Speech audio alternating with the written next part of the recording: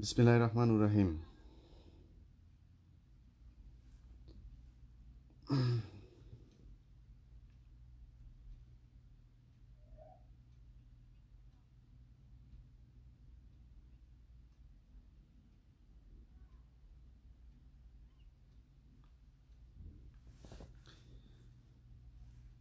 আশা করছি ভালো আছেন সবাই।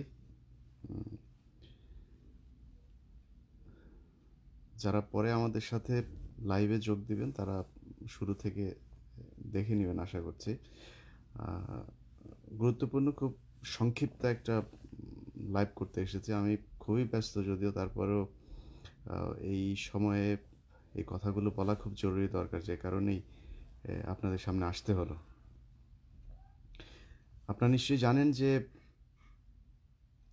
বাংলাদেশের গৃহপালিত গণমাধ্যম, সে গণমাধ্যম নুরুল হক নূরকে হুমকি দিচ্ছে যে তাকে বয়কট করা হবে যদি সে ক্ষমা না চায়। পৃথিবীতে কোনো পতিতালয়ে গিয়ে টাকা দিয়ে কোনো পতিতার সাথে কিছু করার পরে সে পতিতার কাছে গিয়ে কেউ ক্ষমা চায় যে আপনার সাথে এগুলি করলাম, এর জন্য মাফ করে দিন, এর ক্ষমা কেউ চায়? টাকা দেয়। তো বাংলাদেশের গণমাধ্যমে যারা আছে, ছেলে হোক মেয়ে হোক, যারা এগুলোকে নিয়ন্ত্রণ করে, নিচের লেভেলের কথা বলছি না, এগুলি সবই পতিতা। টাকার বিনিময়ে তারা কাজ করে। খুব কষ্টের বিষয় হচ্ছে তারা আজকে নুরুল হক নূরকে বয়কটের ডাক দিচ্ছে, তো সেই বয়কটটাও তাদেরকে ডাক দিতে হচ্ছে ফেসবুক আর ইউটিউবের মাধ্যমে। কেউ সরাসরি, আপনারা এখানে এই মুহূর্তে 2000 মানুষ দেখছেন, একটু বলুন যে একজন মানুষ, এই যে গণমাধ্যম বলেছে যে তারা নুরুকে বয়কট করবে, তারা কেউ পত্রিকা কিনে দেখেছেন? অথবা সরাসরি www.prothomalo.banglatribune.bol.atn এরকম কোনো লিঙ্কে ঢুকে তারপরে এই নিউজটা দেখেছেন? সবাই কিন্তু ফেসবুক থেকেই দেখেছেন। অতএব এইসব হুমকি ধমকি দিয়ে লাভ নাই। আমার 15 মিনিট যেদিন শুরু করি, প্রথম অনুষ্ঠান কি ছিল আপনাদের নিশ্চয়ই মনে আছে। বলেছিলাম যে যে গণমাধ্যম রং ফর্সা করার মিথ্যা বিজ্ঞাপন দিয়ে তারপরে টাকা ইনকাম করে সংবাদ চালায়, সেই গণমাধ্যমের কাছে খুব বেশি কিছু আশা করা যায় না। শেখ হাসিনার যে সংবাদ সম্মেলন, সেখানে তেলবাজ সারওয়ার থেকে শুরু করে এই ম্যাজিক লেডি ফারজানা রূপা, মাসালম্যান, এদেরকে নিয়েই সেই অনুষ্ঠান ছিল, মনে আছে আপনাদের? অতএব আজকের এই দিনটা যে আজকে আসবে এটা কিন্তু আমি জানতাম। সেই স্বপ্ন থেকেই আজকে 15 মিনিট প্রায় 1 মিলিয়ন পরিবারের কাছাকাছি। তো এত ধমক টমক দেখায় লাভ নাই। আপনারা যেরকম টেলিভিশন চালান, মিডিয়া কন্ট্রোল করে তারপরে মানুষকে জিম্মি করেন, আমরা মানুষকে জিম্মি করি না। আমরা মানুষের কাছে যেটা সত্য সংবাদ যতটুকু চেষ্টা করি সেটা মানুষের কাছে পৌঁছানোর জন্য। যেই কারণে আজকে বাংলাদেশে যদি গণমাধ্যমের নিউজ চলে, সেখানে কিন্তু 5000 10,000 মানুষ একসাথে লাইভ দেখে না, আমাদের লাইভ দেখে আল্লাহর রহমতে। অতএব আমি মনে করি যে নুরুল হক নূর যেই কথা বলেছে, তিনি তাকে চরিত্রহীনা বলুক আর নাই বলুক, সে তো চরিত্রহীনা।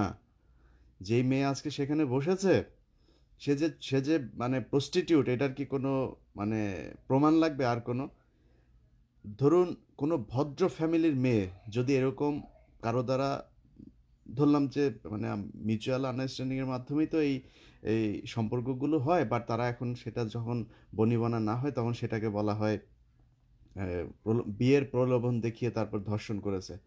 তো বিয়ের প্রলোভন দেখিয়ে তো ধর্ষণ করা যায় না। ধর্ষণ করতে হলে জোর করে করতে হয়। আপনাকে তো জোর করে করেন, লঞ্চের ক্যাবিনে গিয়ে তারপরে করেছেন। তারপরে বিভিন্ন রুমের মধ্যে আপনাদের ছবি বের হচ্ছে এখন। এটা কেন, কিভাবে হলো? এটাকে জোর করে করেছে আপনাকে? আর এই মুহূর্তে তিনি যেটা করছেন সেটা হচ্ছে বাংলাদেশের গোয়েন্দা সংস্থা এবং আওয়ামী লীগের যেসব মেশিনগুলো আছে তাদের পরামর্শে, তাদের টাকার বিনিময়ে এই মেয়ে সেখানে গিয়ে বসেছে। আপনাদের বাংলাদেশের মানুষের সবার কাছে অনুরোধ, এই মেয়ের পরিচয় তো আপনারা ইতিমধ্যে সবাই জেনে গেছেন। এই মেয়ের যেন ছাত্রলীগ ছাড়া আর কারোর সাথে বিয়ে না হয়। কেউ এর বিয়ে করবেন না, কারণ সে যেহেতু নিজেকে প্রস্টিটিউট হিসাবে দাবি করেছে, এর যেখানে থাকা উচিত, যেখানে থাকার জায়গা, ও সেখানেই থাকতে হবে ওকে। অতএব ছাত্রলীগ ছাড়া কেউ একে বিয়ে করবে না, ওর বিয়ে শেষ পর্যন্ত হাতে পায়ে ধরে কোনো একটা ছাত্রলীগের কাছে দেওয়া লাগবে। তো নূরের ব্যাপারে যেটা বলতে চাই, নূর ভাই, ভয় পাওয়ার কিছু নাই। আমার আজকের এই ভিডিওটা করার কথা ছিল না, আমি কাজটা শুরু করেছি তো খুব ব্যস্ত থাকি আবারও, তারপরও করছি। যদি প্রয়োজন হয় প্রতিদিন একটা করে নিউজ যাবে। ইউটিউবার যারা আছে, ফেসবুকে সোশ্যাল মিডিয়াতে যারা বিভিন্ন পেজের মালিক আছে, কিছু বঙ্গবন্ধুর পুত্ররা বাদে সবাই আপনার নিউজ প্রতিদিন চালাবে। আমরা প্রতিদিনের আপডেট জানাবো। মিডিয়ার কাছে যাওয়ার দরকার নেই, তারা তাদের নিজেদের স্বার্থের জন্য যা যা করা দরকার। কালকে পীর হাবিবুর রহমান তার বাসার কাজের মেয়েকে প্রেগনেন্ট বানায় ফেলছে। সেই মেয়ে বাড়ি থেকে তারপরে বারান্দা দিয়ে হাত নাড়ায়ে মানুষকে করেছে, হেল্প চেয়েছে। মানুষ তখন এই পীর হাবিবের বাড়ির সামনে গিয়ে সব জড়ো হয়েছে। জড়ো হওয়ার পরে পুলিশ তাকে উদ্ধার করে নিয়ে গিয়েছে। কোথায় নিয়ে গেছে সেটা জানে না। পুলিশ এখন বলছে যে তাকে নাকি তার পরিবারের কাছে হস্তান্তর করা হয়েছে। আসলে পরিবারের কাছে হস্তান্তর করা হয়নি। আমরা জানতে চাই কোন হসপিটালে তাকে অ্যাবর্শন করা হয়েছে, সেটা গণমাধ্যমে আসা উচিত। পীর হাবিবুর গণমাধ্যমের মালিক, এই জন্য পীর হাবিবুর কোনো নিউজ করা যাবে না এরকম না। খুব দুঃখের সাথে দেখেছি গতকালকে চ্যানেল 24 সেটা নিয়ে লাইভ করেছে, সেই নিউজটা করেছে। আমরা সেই ভিডিও কিন্তু ডাউনলোড করে রেখেছি, কিন্তু ঘন্টাখানেকের মধ্যে সেই ভিডিওটা তারা প্রাইভেট করে ফেলেছে। আপনারা যা ইচ্ছা তাই করবেন, সেটা জানাইতে পারবেন। একটা পুলিশের কোনো সমস্যা হলে সাথে সাথে সেটা নিয়ে কথা বলবেন, একজন রাজনীতিবিদদের বিরুদ্ধে কিছু হলে সাথে সাথে কথা বলবেন, অথচ নিজেদের বেলায় যখন হয় তখন সেটাকে আপনি ঢাকার চেষ্টা করবেন। এটা তো গণমাধ্যম হইতে পারে না। অতএব এই গণমাধ্যমের কাছে আমাদের চাওয়া পাওয়ার কিছু নাই, আপনাদের হতাশ হওয়ার কিছু নাই যে গণমাধ্যম বয়কট করেছে। বা একটা গণমাধ্যম, তোদেরকে বাংলাদেশের মানুষ বয়কট করেছে, তোরা এখন কিভাবে খাবি চলবি সেই চিন্তা কর, এমপ্লয়ীদের বেতন কেমনে দিবি সেই চিন্তা কর। এই নুরুরে বয়কট করে রাখা যাবে না। বাংলাদেশের মানুষ, একজন মানুষও নিউজ দেখার জন্য কোনো নিউজ পোর্টালে ঢোকে না। মানুষ ফেসবুকের টাইম লাইনে যায়, নিউজ ফিডে গিয়ে তারপরে দেখে বাংলাদেশের কি কোথায় কি ঘটলো এগুলো জানে। দরকার নেই। নূর ভাই যেখানে আছেন ওইখানে থাকেন, প্রতিদিন নিউজ করবো আমরা, প্রয়োজনে প্রতিদিন আপডেট দিব, কোনো সমস্যা নেই, ঠিক আছে? গণমাধ্যম আপনারা বয়কট করলো না করলো, কী করলো, এগুলি নিয়ে গণমাধ্যমে নিউজ করুক, ওদের নিউজ ওরা পড়ুক।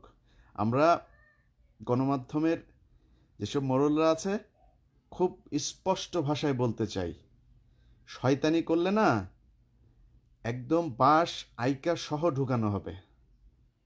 যেভাবে ৭১কে ঢুকানো হয়েছে না, সেইভাবে ঢুকানো হবে। আপনারা এমন কোনো ড্যাশের ড্যাশ হয়ে যান নাই, হ্যাঁ, যে আপনাদেরকে কিছু করা যাবে না। শেখ হাসিনারে নিয়ে বলা যাবে না, আওয়ামী লীগের নিয়ে বলা যাবে না, পুলিশের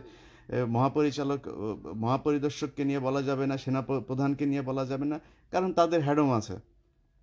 আপনি শাবান মাহমুদ আর বালসাল সোভান, ওই ইকবাল সোভান, এগুলি এমন কিছু হয়ে যান নাই। একদম ন্যাংটা করে ফেলবো, হ্যাঁ। পোলা মায়া সব বিয়া টিয়া দিচ্ছে না, ওই যে শাবান মাহমুদ কয়দিন আগে এক মায়ারে নিয়ে প্রেগনেন্ট বানায়, সেটা নিয়ে করছে, সেটাকেও তারা চাপা দিছে। অতএব আপনাদেরকে নিয়ে কথা বলতে আমাদের একটু আসবে না। সেনা প্রধান প্রধান সব নিয়ে নিউজ করতেছে এই সোশ্যাল মিডিয়াতে, দেখেন নাই? আর আপনারা কোন কি হয়ে গেছেন যে আপনাদের নিয়ে করা যাবে না? বাংলাদেশের মানুষের কাছে অনুরোধ থাকলো, এদের কোথায় কি আছে, এদের সম্পত্তি, এদের কে কি করে, কোথায় ব্যবসা প্রতিষ্ঠান, কোথায় অবৈধ টাকা, অবৈধ জমি, ফ্ল্যাট, এগুলোর সন্ধান আমাদেরকে দেন। তাদেরকে নিয়ে এখন নিউজ হবে, তারা আমাদেরকে নিয়ে করতে থাকুক, আমরা তাদেরকে নিয়ে করতে, দেখি খেলা কোন দিকে জমে। ওদের কাছে আমাদের যাওয়ার কোনো দরকার নেই।